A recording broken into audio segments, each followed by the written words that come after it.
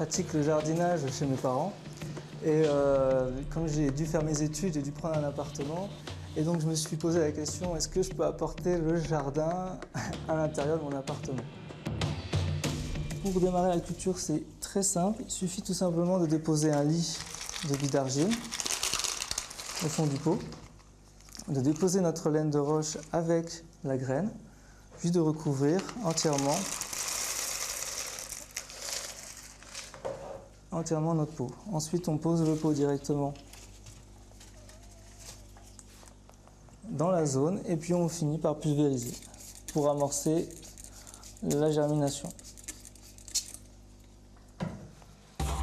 Le pousse-légumes d'Anthony s'installe entre le four et le frigo. Et ça fonctionne tout seul, ou presque. C'est un format électroménager.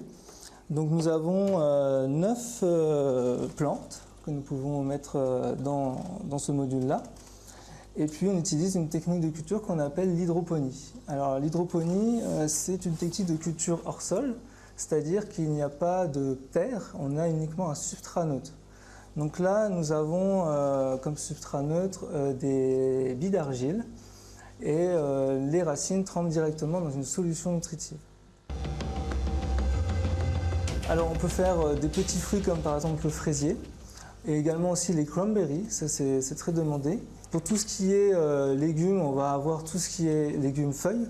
Donc ça peut être par exemple des blettes à cartes justement, ou ça peut être le chou chinois, les différents choux comme le chou rouge, le chou kale.